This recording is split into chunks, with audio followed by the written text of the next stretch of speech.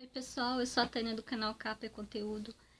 Eu vim aqui hoje falar com vocês a respeito do livro Clarissa, de Érico Veríssimo. Érico Veríssimo nasceu no Rio Grande do Sul em 1905, faleceu em 1975, vítima do infarto fulminante, no momento que ele estava escrevendo a segunda etapa do livro Solo de Clarineta, que seria as suas memórias, né?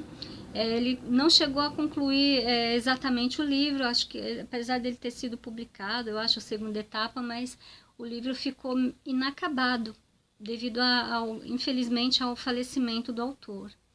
Érico Veríssimo nasceu de uma família muito rica, lá no Rio Grande do Sul, porém a família entrou num problema, numa crise financeira muito grande e foi perdendo os bens, né? Então, Érico Veríssimo começou a trabalhar muito cedo.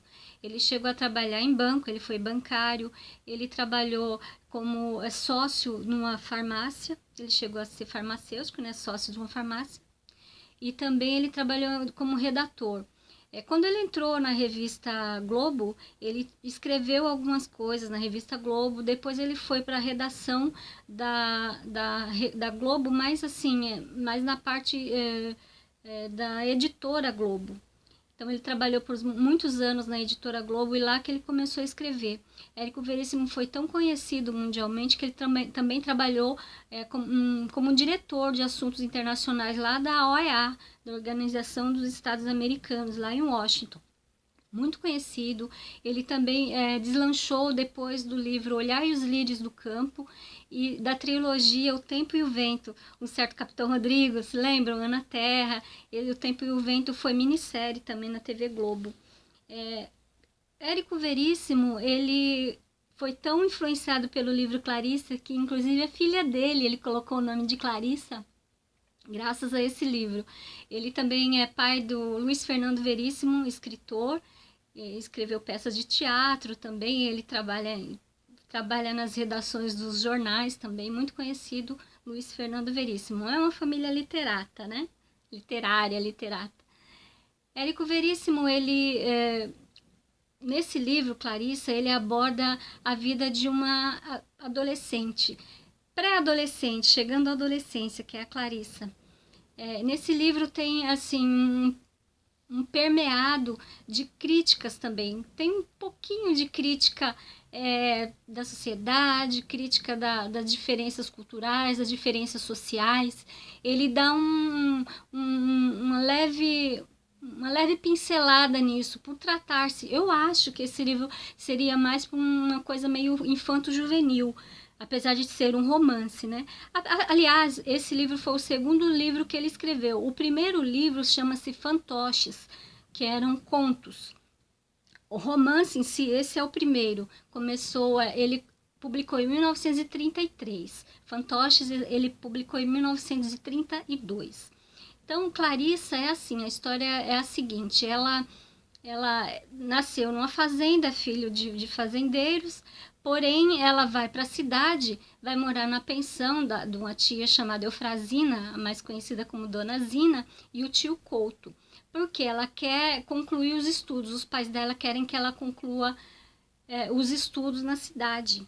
Então ela tem aquele choque, né, de sair de uma fazenda, a vida inteira morar numa fazenda e depois ir para uma cidade grande.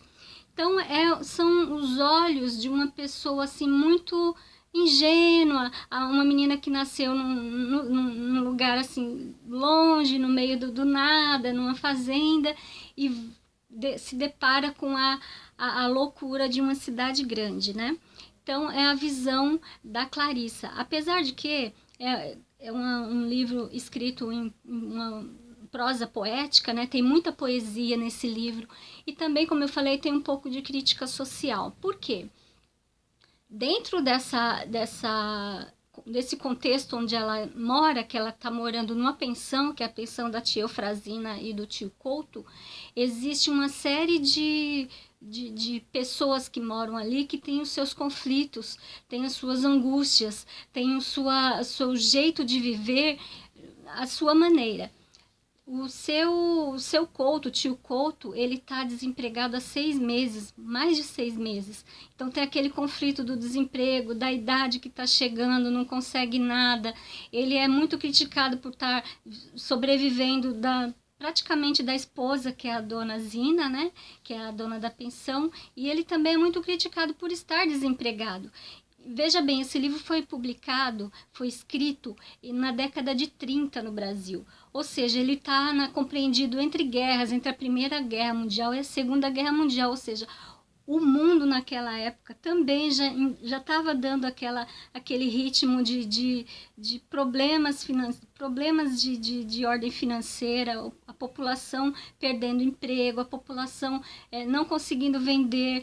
Os próprios pais da Clarissa estão com problemas lá na fazenda, não conseguem vender o gado. Então, você começa a ver aqui no livro essa nuance de como está o mundo e o Brasil na década de 30. Então, é muito interessante essa tênue linha de tempo que Érico Veríssimo coloca aqui nesse livro. Então, é um monte de gente que mora ali naquela pensão, cada um com os seus problemas, né? Tem o Nestor, que é um garanhão que quer pegar todo mundo, vamos dizer assim. Tem o Zezinho, que é um estudante de medicina. Gente, como que o estudante de medicina não aguenta ver uma autópsia? Ele passa mal toda vez que vai ter essas aulas práticas de medicina. A pessoa até contesta ele, mas por que você está fazendo medicina se você passa tão mal numa aula tão fundamental como é uma autópsia, ver um cadáver? Então, toda vez que ele tem essas aulas, ele vem passando mal para a pensão. Tem o Levinsky, que ele é um judeu. Então ele entra em conflito direto com as pessoas que são cristãs ali. Então tem aquele conflito religioso bem tênue também no livro. É um livro de nuances, é um livro de poesia. A Clarissa, como eu falei, é uma pessoa bastante ingênua. Ela vê o mundo assim como os passarinhos cantando, a flor bonitinha que ela viu. Enfim, é uma visão muito adocicada da vida. Porém, ela no momento ali no livro, ela se depara com uma situação muito complicada para a cabecinha dela, uma situação de adultério.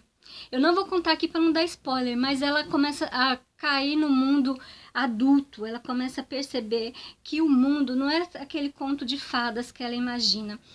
Tanto é que na frente da pensão onde ela mora, existe duas famílias distintas. Tem uma família de gente rica, que as crianças são gordinhas, brincam, e tem uma família em particular que ela sente muito dó, que é a de um menininho, que é o Tonico, filho da dona Tatá. O Tonico, gente, ele sofreu um acidente e não anda, ele vive numa cadeira de rodas.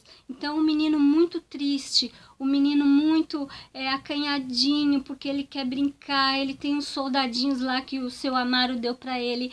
Ele cortou as pernas de alguns soldados para não andar, porém o chefão lá, o comandante continua bonito, erguido, ele quer marchar, ele quer trabalhar no exército, e é aquele conflito, aquele dó que a Clarissa tem, e fica comparando, ela até critica Deus, porque Deus dá tanto para uns e quase nada para outros, porque o Tonico, esse menino da cadeira de rodas, vive numa miséria completa. A casa dele, ela diz que tem cheiro de hospital. Chega um dia lá que ele vai visitar o Tonico, inclusive o Tonico cai da cadeira, né? Tem uma coisa muito ruim que acontece, ela fica muito transtornada porque o menino caiu da cadeira. E então ela fica, a casa dele tem aquele cheiro de hospital, inclusive tem ratos, ela consegue ver ratos. E na outra casa do lado é aquela riqueza, aquele pessoal bonito, né? E esse conflito na cabecinha dela, ela começa a entrar na vida adulta através desses conflitos, que ela é muito observadora. E também é bom destacar aqui o seu Amaro. O seu Amaro, ele é uma pessoa muito quieta, muito soturna, muito calada, na dele. Era uma pessoa até bondosa, uma pessoa educada, mas ele é muito esquisito. Ele mora ali na pensão, mas ele trabalha num banco. Inclusive, eu queria falar isso para vocês. Nessa pensão tem bancário, Tem um pessoal que trabalha na farmácia, um senhor que trabalha numa farmácia. Parece um pouco a vida do Érico Veríssimo, que ele já trabalhou nessas coisas também, né? Nessas funções. Enfim, esse seu Amaro, ele trabalha num banco e ele vive assim, soturno, pensativo, ele se senta isolado à mesa, ele não é muito de interagir com as pessoas, está observando tudo e ele tem uma paixão platônica pela Clarissa. Assim, ele nunca chegou a deixar isso claro para Clarissa. Ele fica na dele. Mas assim, uma coisa assim até meio esquisita, que a gente vai falar muito assim dessa história de adulto querer namorar com adolescente, né? Essas coisas assim. Mas assim, não chega a ser descrito, ela não chega a ficar sabendo disso, que ele gosta dela. Eu acho também que tem aquela coisa da juventude da Clarissa, porque toda vez o seu Amaro, ele fica aqui na cabeça dele aquele amadurecimento que a Clarissa está tendo, e ele fica sempre se lembrando da infância dele. Eu não sei se também ele faz essa transição da infância dele para a infância da Clarissa, e isso deixa ele muito apegado a ela, apesar dele ficar na dele. Ele não, em momento nenhum você ver contato com ele. Uma vez ou outra aqui no livro que a Clarissa conversa com ele, tem um presente que ele dá no aniversário dela, inclusive no aniversário dela ele nem chega a cumprimentá-la. Ela fica muito brava com ele, né? Porque ele não a cumprimenta, mas ele dá um presentinho para ela. Então, são nuances assim dentro desse microcosmos que é essa pensão de pessoas e seus conflitos. Inclusive, como eu falei para vocês, tem um adultério na história e a Clarissa, ela flagra um certo acontecimento quase no finalzinho ali do livro, que deixa ela muito transtornada. Ela fica até com medo de ocorrer mortes ali dentro, dela ser chamada para depor, dela, entendeu? Então, assim, ela tá saindo de um mundo muito ingênuo, muito infantil para a vida adolescente, para a vida adulta. Inclusive, tem duas amigas dela, a Dedé, a Dudu e a Vivi. A tia, a dona Zina, ela não gosta dessas duas meninas. Por quê? Porque essas duas moças, elas são muito avançadas já. Elas já beijam, já têm namorado, já se vestem de forma diferente. Ela não quer que a Clarissa entre em contato com essas meninas. E a Clarissa vive chateada porque ela não vê a hora de completar 14 anos, que ela tinha 13 anos quando começou o livro, para poder andar de salto, para poder andar um sapato de salto. Olha como era a ingenuidade daquela época, né? Se bem que eu acho que a Clarissa era muito ingênua, porque essas amigas dela aí não são tão ingênuas assim, não. E também eu sinto aqui, gente, um pouco de conflitos em relação a cor.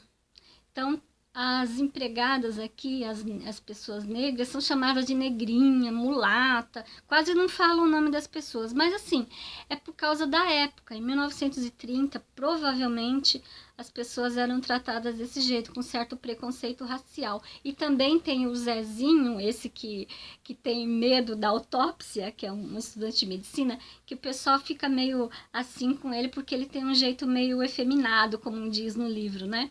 É um conflito, é uma coisa que desde aquela época, desde 1930, as pessoas têm essa visão preconceituosa, né? Então, ou seja, é uma coisa muito antiga, muito velha. Enfim, o Érico Veríssimo aqui, ele trata da vida dessa moça, que ela vem para a cidade grande, de um lugar muito bucólico, né? Que é uma fazenda, e se depara com a cidade grande, com seus conflitos e suas nuances. Esse livro é muito interessante, é legal para os adolescentes e para adultos também, que é a primeira obra de romance de Érico Veríssimo. Se você gostou, dê o seu joinha, compartilhe, se inscreva no canal e até mais. Obrigada, até. Tchau!